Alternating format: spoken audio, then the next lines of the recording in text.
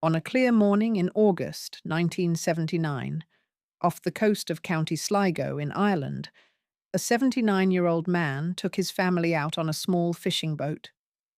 A bomb hidden in the hull the night before detonated when they were just a few hundred yards from shore. He had survived 2 world wars, commanded fleets, overseen the end of the British Empire in India, shaped the lives of kings. And the marriage at the centre of his life had been one of the most unconventional, talked about, and quietly heartbreaking unions in 20th century British history. Before that morning on the water, there was a love story, complicated, open, and impossible to categorize. This is the tragic story of Louis Mountbatten's marriage, the prince who had to earn everything. The story of Louis Mountbatten's marriage begins not with a love affair but with a name, and the stripping of that name. He was born on June 25th, 1900, at Frogmore House in the grounds of Windsor Castle, and given a name so long it barely fit on paper. Louis Francis Albert Victor Nicholas of Battenberg. His father was Prince Louis of Battenberg, a distinguished naval officer of German origin.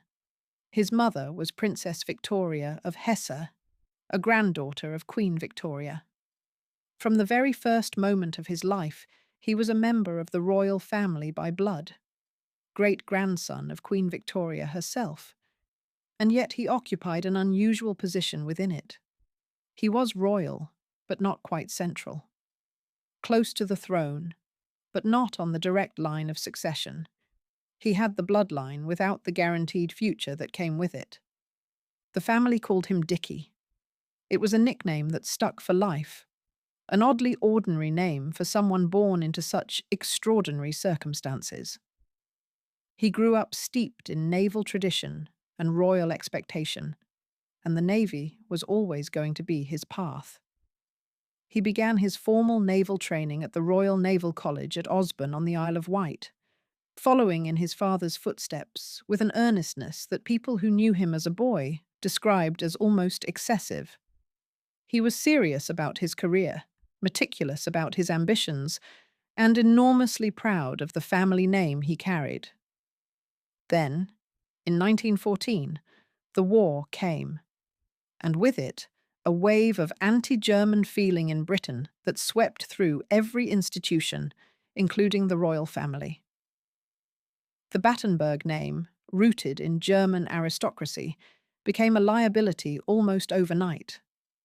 In 1917, under pressure from public opinion and with King George V leading the way, the royal family dropped its German names. The Windsor family became Windsor instead of Saxe-Coburg and Gotha. Louis's father, Prince Louis of Battenberg, was compelled to resign as First Sea Lord, the head of the Royal Navy, partly because of his German birth. The family changed their name from Battenberg to Mountbatten, an English translation of the German. It was a humiliation from which his father never fully recovered. He was a man who had dedicated his life to the British Navy, had risen to its very top, and was pushed out not because of anything he had done, but because of where he had been born. Louis watched this happen as a teenager and absorbed it deeply. The desire to restore the family name, to prove that a Mountbatten belonged at the highest levels of British life, became one of the driving forces of his entire career. He entered the First World War as a naval cadet and served on several ships before the conflict ended. He wasn't yet old enough to have a significant command, but he got his first real taste of what it meant to serve in wartime.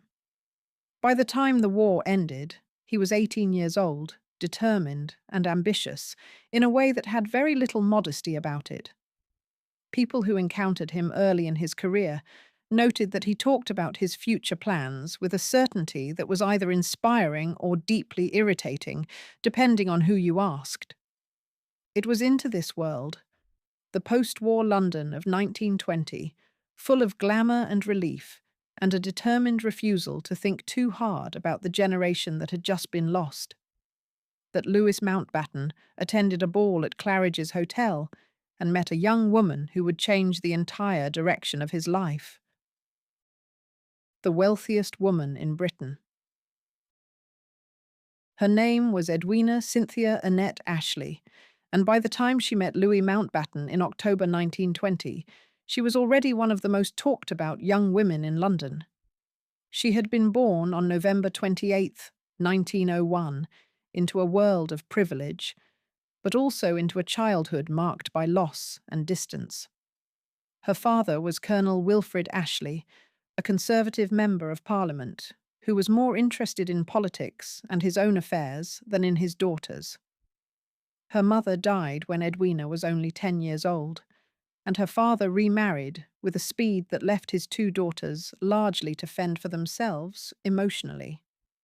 Edwina was sent to boarding school, which she hated.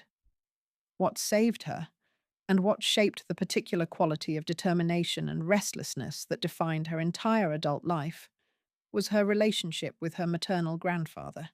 His name was Sir Ernest Cassell, and he was one of the wealthiest men in Europe. A German-born Jewish banker of extraordinary financial skill, Cassell had built a fortune that made him a confidant to King Edward VII and a figure of immense social influence. He adored his granddaughter with a completeness that stood in sharp contrast to her father's emotional distance, and Edwina adored him back. She became his hostess at the age of 18, managing his lavish dinner parties at Brook House, the family's enormous mansion on Park Lane. She ran those gatherings with a poise and intelligence that left guests visibly impressed. One contemporary described her conversation as quick, clever, and full of questions. The conversation of someone who was genuinely curious about everything rather than simply performing interest.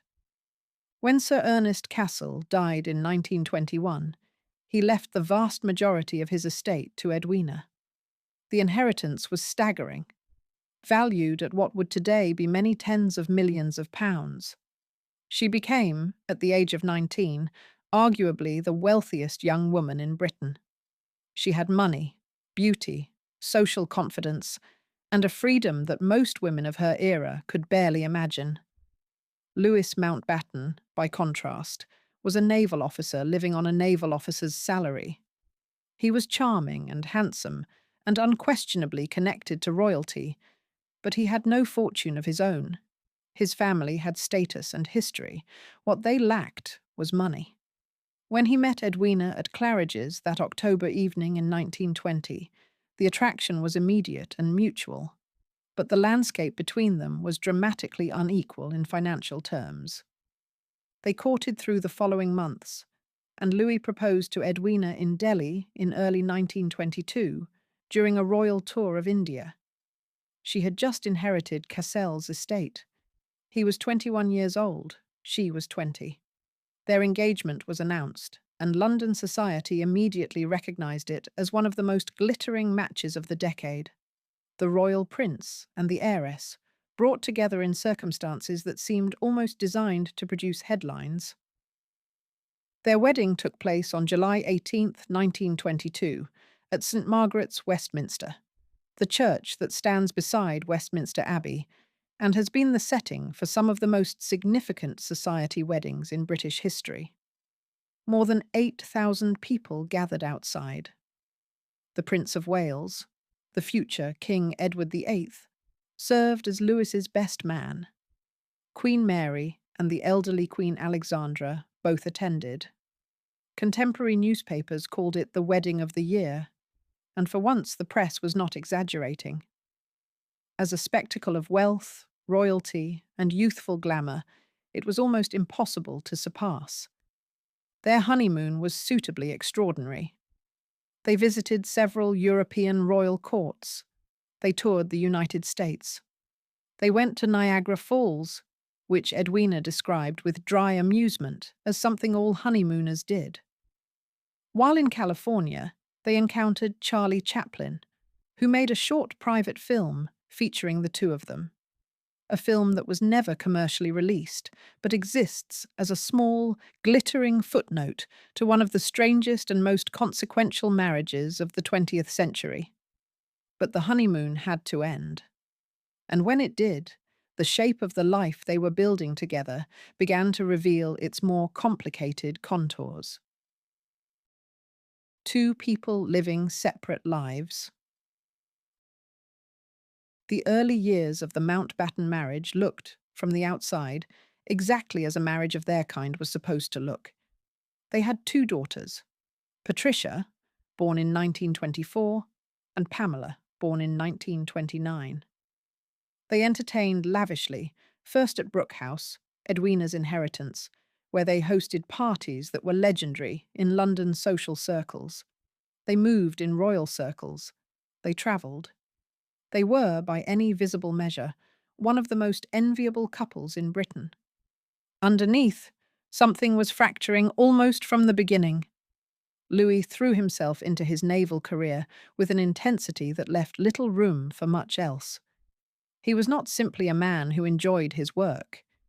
He was a man who needed it, who measured himself by it, who felt the shadow of his father's forced resignation every time he put on his uniform.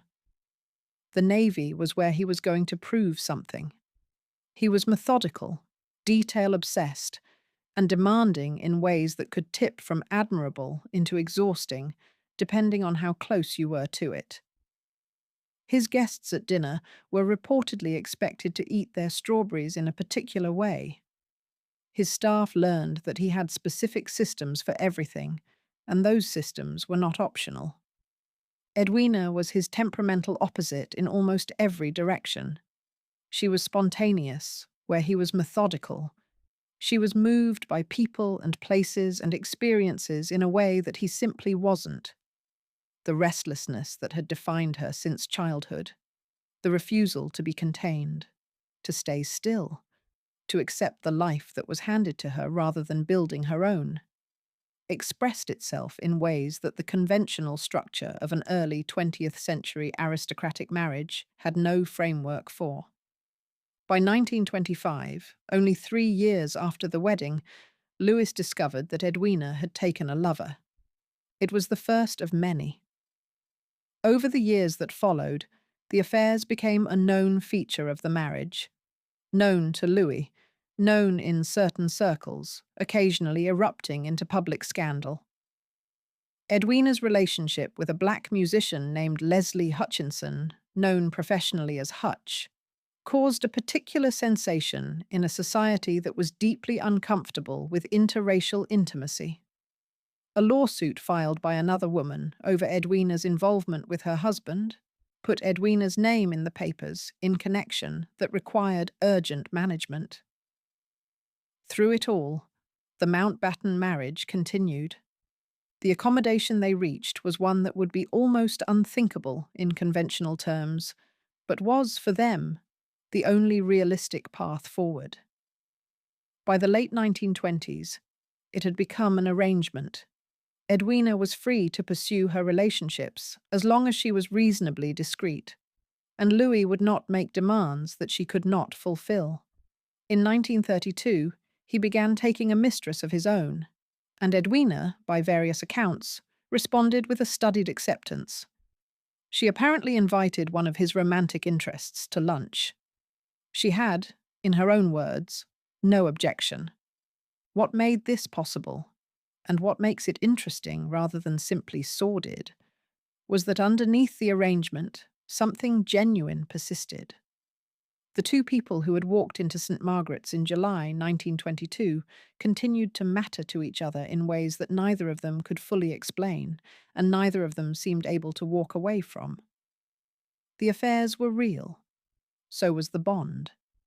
Their income during these years was significant enough that the practical pressures of life barely touched them.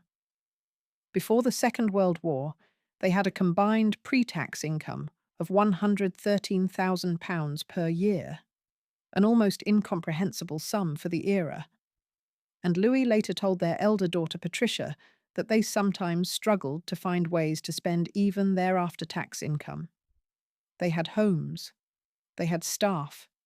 They had the run of a social world that was among the most privileged in the world.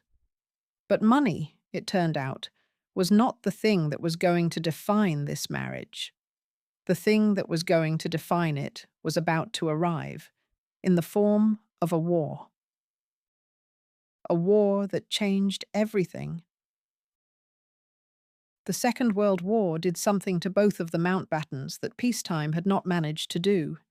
It gave them, separately and eventually together, a purpose that went beyond the life they had constructed. Lewis's war career was complicated, spectacular, and sometimes catastrophic in equal measure.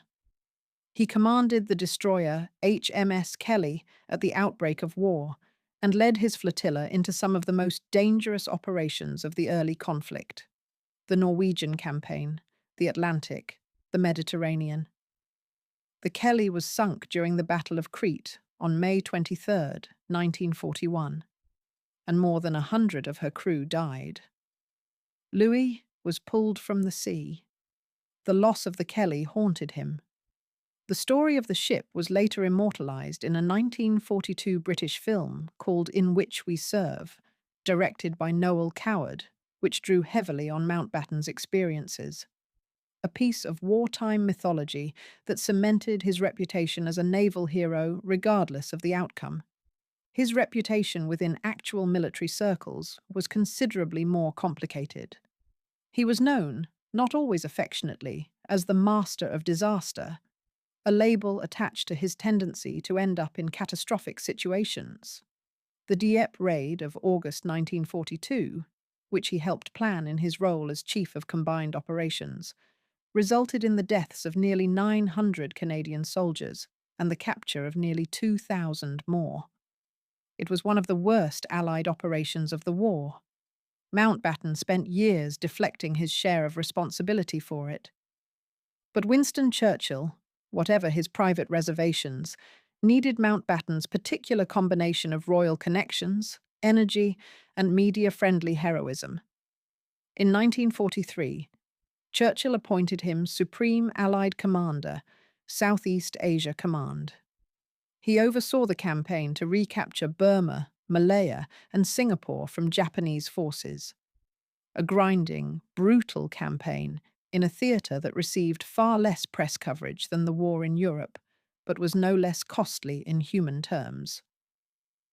By the war's end, he had presided over the liberation of those territories and accepted the formal Japanese surrender in Singapore in September 1945.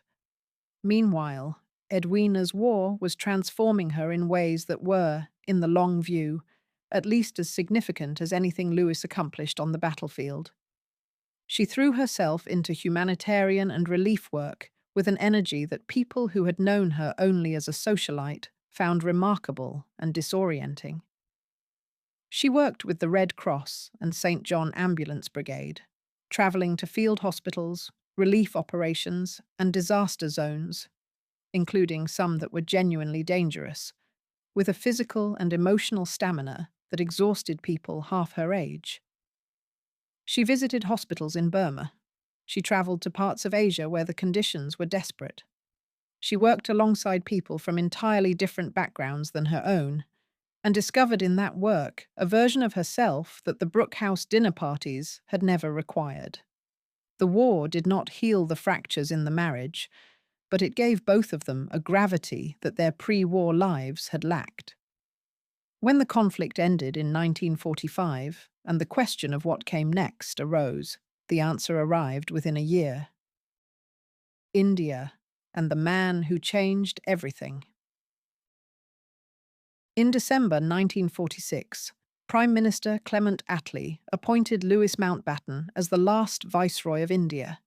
His mandate was singular and enormous: to manage the transfer of power from Britain to the Indian people, and to do it faster than anyone had originally planned. What had been conceived as a process taking years was compressed, ultimately, into months. The Mountbattens arrived in Delhi on March 22, 1947. India was on the edge of something catastrophic. Hindu, Muslim, and Sikh communities that had lived uneasily alongside each other under British rule were now facing a future that required them to define themselves in national terms. And the violence that had already begun in various parts of the country was a warning of what a rushed partition could produce. For Louis, India was the largest stage of his life, a negotiation with historical forces that would determine the shape of a subcontinent. He dealt with Mahatma Gandhi, with Jawaharlal Nehru, and with Muhammad Ali Jinnah, the leader of the Muslim League. His relationship with Jinnah was tense and often difficult.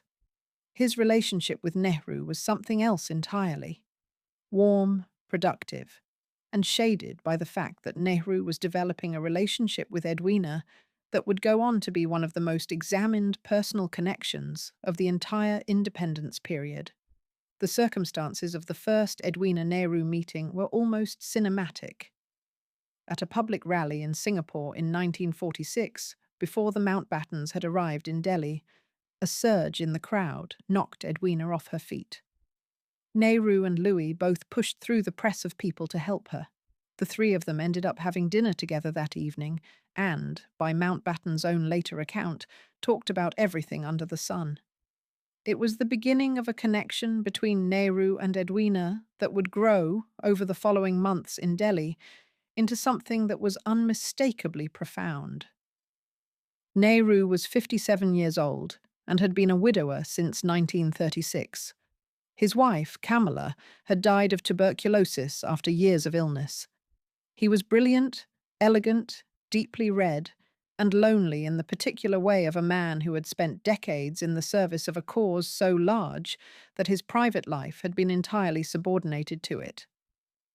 Edwina was 45, restless as ever, still carrying the internal hunger for genuine connection that years of London parties and carefully managed arrangements had never quite satisfied. When they found each other in the teeming, crisis-ridden atmosphere of New Delhi in 1947, something clicked into place for both of them. Their closeness became visible almost immediately to people around them. They were photographed together with a naturalness and ease that was striking given who they both were. A photograph from March 28, 1947, just days after the Mountbattens arrived in Delhi, captured Nehru sitting at Edwina's feet in a posture of ease and intimacy that was unusual for a man of his formal public bearing. They wrote to each other. They talked. Nehru's daughter Indira Gandhi, who had reservations about Edwina's presence in her father's life, later described the relationship with a complicated mixture of acknowledgement and wariness. The nature of the relationship, whether it was romantic in a physical sense, or whether it was the kind of emotional and intellectual intimacy that can be as powerful as anything physical, has been debated by historians for decades and never definitively resolved. Edwina's daughter Pamela, who was in India during that period and has written about it with considerable candour in her memoir, described it as a genuine love, but one that she did not believe was physically consummated. She noted that her mother and Nehru were almost never alone. They were always surrounded by staff and officials, and that Nehru, who respected Louis Mountbatten, would not have pursued a sexual affair with his wife as a matter of his own ethical code.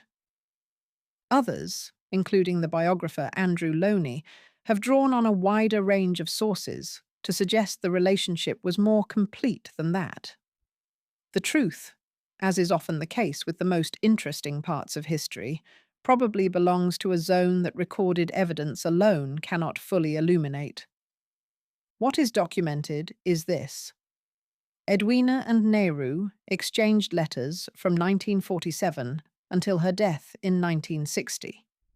13 years of correspondence that was intimate, affectionate, and that she kept close to her throughout the rest of her life.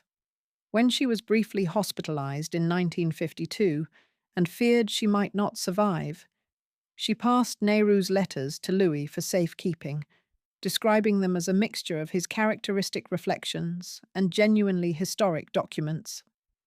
It was an act that speaks to how seriously she took the correspondence and to how far outside conventional jealousy Louis had placed himself in relation to his wife's deepest connection. As for Louis himself, his response to the Edwina-Nehru relationship was not one of anguish or confrontation. By various accounts, he accepted it, possibly even welcomed it.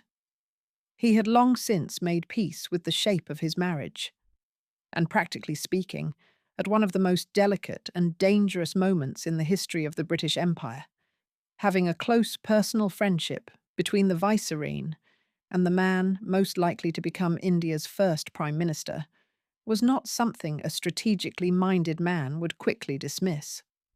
The partition of India, which took effect on August 15, 1947, came at an enormous human cost. The borders drawn by a British lawyer named Cyril Radcliffe, who had never previously been to India and completed the task in 5 weeks, divided communities that had lived intertwined for generations. The resulting violence was catastrophic. Estimates of those killed during the partition violence range from 200,000 to 2 million. Over 10 million people were displaced.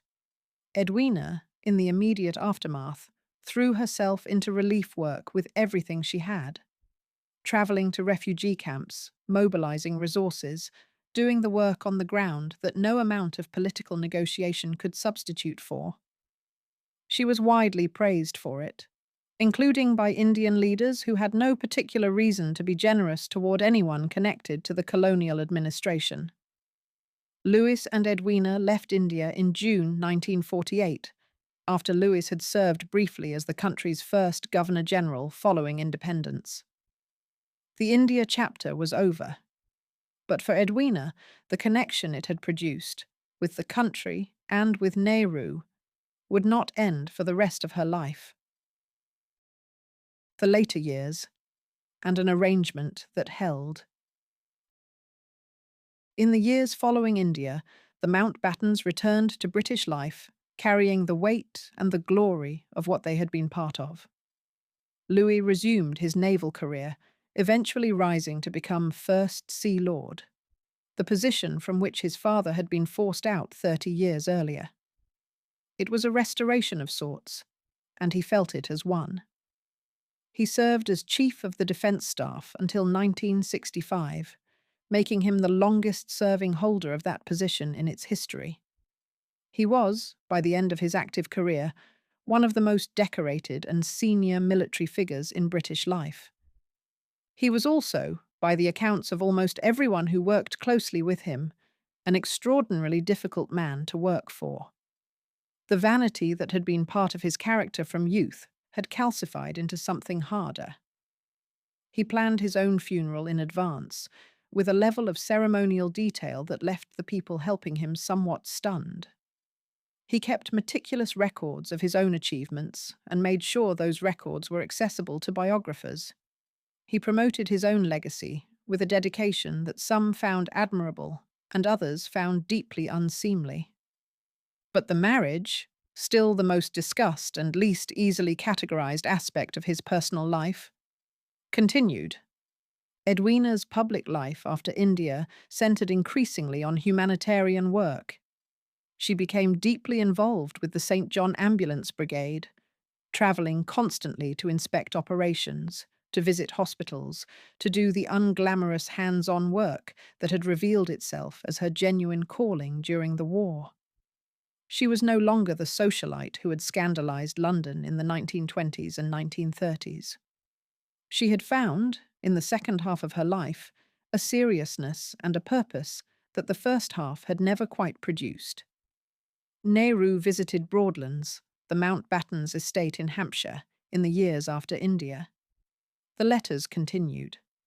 The relationship, whatever precise form it took, was ongoing and significant to both of them.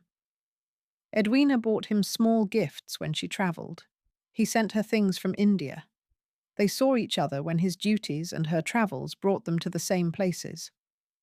Louis, by accounts of those close to the family, was at ease with all of it. And through this period, Something about the marriage that had always been difficult to name became a little clearer. It was not a conventional marriage and had never been one. But it was a real one. Real in the way that two people who have been through enough together, who have children together, who have navigated the 20th century's most consequential events together, are real to each other. They were not, in any of the usual senses, romantic partners, but they were something that neither of them was willing to relinquish, and that the arrangement they had built together, unusual, often painful, occasionally scandalous, had somehow sustained. In February 1960, while on an inspection tour for the St. John Ambulance Brigade in Jesselton, North Borneo, a place that is now known as Kota Kinabalu in what is today Malaysia's Sabah state, Edwina Mountbatten died in her sleep. She was 58 years old. She was found with a pile of Nehru's letters beside her. The death of Edwina and what came after. Louis was in England when he received the news. Edwina had been in North Borneo on another working tour. She had always pushed herself relentlessly, often to the alarm of the people around her, and she simply did not wake up. He had her brought back to Portsmouth, and in accordance with her wishes she had expressed with the particular decisiveness that had characterized everything she did, she was buried at sea. On February 25th, 1960, her coffin was taken aboard HMS Wakeful and committed to the deep about 12 miles off the coast of Portsmouth. Geoffrey Fisher, the Archbishop of Canterbury, officiated at the ceremony. Louis and their daughters, Patricia and Pamela, were present, along with members of the family. Queen Elizabeth, the Queen Mother, on hearing the news of Edwina's death, is said to have remarked that dear Edwina had always liked to make a splash. In India, Jawaharlal Nehru heard the news and sent the Indian Navy frigate INS Trishul as an escort to the burial at sea. On Nehru's instructions, after the family's vessel had moved away from the spot where Edwina had been laid to rest, the INS Trishul quietly took their place and scattered marigolds on the water above her. Pamela Mountbatten, watching from the family's ship as the Indian frigate moved into position, said afterward that it was one of the most moving things she had ever seen. Nehru himself survived Edwina by 4 years, dying in May 1964. His health had declined noticeably after her death, in ways that people close to him attributed, at least in part, to grief. He never remarried, and is reported to have kept her photograph near him until his own death. Louis survived his wife by 19 years. He continued his public duties, his naval interests, and his role as mentor to the young Prince Charles, whom he treated with a particular warmth and affection, a relationship that Charles has described as among the most significant of his life. Louis was, in Charles's own words, the person he turned to for guidance and counsel in the years when he was navigating what it meant to be the heir to the throne. The years after Edwina were productive ones for Louis in terms of public duty and institutional influence. But his private life had lost the person who had given it whatever colour and friction and genuine vitality it had possessed. His daughters, Patricia and Pamela, maintained their own lives and their own recollections of a childhood that had been unconventional in ways that required, in adulthood, some complex reckoning. Both of them, in their different ways, spoke about their parents' marriage with honesty, acknowledging its difficulties, while also acknowledging that something in it had been real and durable in ways that more conventional arrangements often weren't. By the late 1970s, Louis was 79 years old and still a figure of considerable public prominence. He kept a summer retreat at Classiebawn Castle on the Mullaghmore Peninsula in County Sligo, in the northwest of Ireland, a remote and beautiful stretch of Atlantic coast just 12 miles from the border with Northern Ireland. The security services had warned him. They had been warning him for years. The Provisional Irish Republican Army, in the middle of its sustained campaign of violence in Northern Ireland, considered him a significant symbol of British imperialism. He was Queen Victoria's great-grandson, the last Viceroy of India, the man who had overseen the end of an empire. He was exactly the kind of target that an organization seeking to send a message would target. In 1978, there had already been an attempt. An IRA sniper had aimed at him from the shore as he was aboard his boat, but rough weather had made the shot impossible. He continued to go to Classiebawn. He preferred minimal security. He liked the coast, liked the local people, and had been coming to that part of Ireland long enough that he felt perhaps the kind of familiarity that can become its own form of complacency. The Shadow V. On August 27th, 1979, a bank holiday Monday, the weather had cleared after days of rain. Lewis and members of his family who were staying at Classiebawn decided to take his 30-foot wooden boat, Shadow V, out to check the lobster pots. The night before, an IRA member named Thomas McMahon had slipped aboard the unguarded vessel in Mullaghmore Harbour and attached a radio-controlled bomb containing 50 pounds of gelignite beneath the deck, positioned below the spot where Mountbatten was known to sit. McMahon and an accomplice were arrested at a routine police checkpoint 80 miles away just 2 hours before the bomb was detonated. But neither man was connected to the boat in time to prevent what was coming. The party that went out on Shadow 5 that morning included Louis, his 14-year-old grandson, Nicholas Knatchbull, Nicholas's grandmother, Doreen, the Dowager Lady Brabourne, who was 83 years old, and a 15-year-old local boy named Paul Maxwell from Enniskillen, who was crewing for them. Several other family members were also on board. When the boat had moved only a few hundred yards from the shore, the device was triggered remotely from the land. The explosion was devastating. The boat was destroyed. Louis was pulled alive from the water by fishermen who were nearby, but he died from his injuries before he could be brought to shore. His grandson, Nicholas, and the young deckhand, Paul Maxwell, were killed immediately by the blast. The elderly Dowager Lady Brabourne died from her injuries the following day. That same afternoon, the IRA detonated 2 additional roadside bombs near Warren Point in County Down, ambushing a British Army convoy and killing 18 soldiers, the deadliest single attack on the British Army during the entire period of the Troubles. The world reacted to Mountbatten's death with a shock that had a particular quality to it.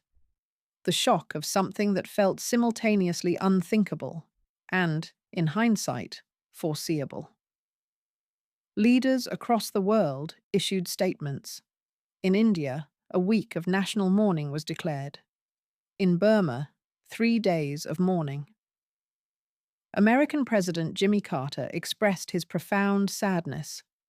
The IRA issued a statement describing the killing as a deliberate act to draw attention to the British presence in Northern Ireland. On September 5, 1979, Louis Mountbatten received a ceremonial funeral at Westminster Abbey, a ceremony that his great-nephew Prince Charles, who read from the Psalms during the service, has described as one of the most difficult experiences of his life. The procession from Wellington Barracks to the Abbey included representatives of all 3 branches of the British Armed Forces. The Abbey itself was filled with royalty, heads of state, and dignitaries from across the world. It was the most significant state funeral held at Westminster Abbey since the 18th century. He was buried afterward at Romsey Abbey in Hampshire near his home. He was laid to rest, facing the sea. Thomas McMahon was convicted of the murders in November 1979 on the basis of forensic evidence, traces of gelignite and flakes of green and white paint from the Shadow V found on his clothing. He was sentenced to life imprisonment and was released in 1998 as part of the terms of the Good Friday Agreement. what remained. The marriage of Louis and Edwina Mountbatten was never going to be easy to explain to anyone who measured marriages by conventional standards. It had been built on an unequal foundation from the start: her money, his title, and the cracks that appeared within 3 years of the wedding never fully closed. They had affairs, separately, and without real secrecy among the people who knew them. They made an arrangement that most people of their era would have found incomprehensible, and they made it work. Not perfectly, not without cost, but in a way that lasted 38 years until Edwina's death in North Borneo in 1960. Their daughters, Patricia and Pamela, grew up in households that were unusual even by the standards of wealthy aristocratic families of the period. Both have spoken, in later life, with a candor about their parents that is sometimes tender and sometimes complicated. Pamela's memoir describes her mother's relationship with Nehru with sensitivity and grief. Patricia, who inherited the Mountbatten earldom when Louis had no male heir, carried the family name forward into the 21st century. What the marriage produced, beyond 2 daughters and a great deal of historical drama, was something that it is genuinely difficult to name. Louis needed Edwina in ways he was not equipped to articulate. She needed him in ways that her other relationships, however intense, never fully substituted for. They wrote to each other during their longest separations. When she was seriously ill, she chose to give his letters, Nehru's letters, the most intimate correspondence of her life, to Louis for safekeeping, not to a friend, not to a lawyer, to her husband. That says something about what he was to her that all the accounts of their arrangement, all the named and unnamed affairs, all the decades of complicated distance, cannot entirely undo. Edwina went into the sea off Portsmouth, with marigolds from India scattered on the water above her. Louis went into the ground at Romsey, facing the ocean. The marriage that had started at St. Margaret's on a July afternoon in 1922, with 8,000 people watching and the Prince of Wales as best man and Charlie Chaplin waiting in California, ended not with a formal ceremony, but with 2 separate silences, 19 years apart, each one framed by water. It was, in the end, a love story, just not a simple one. If you enjoyed this video, please like and subscribe to our channel so you never miss out on more fascinating stories.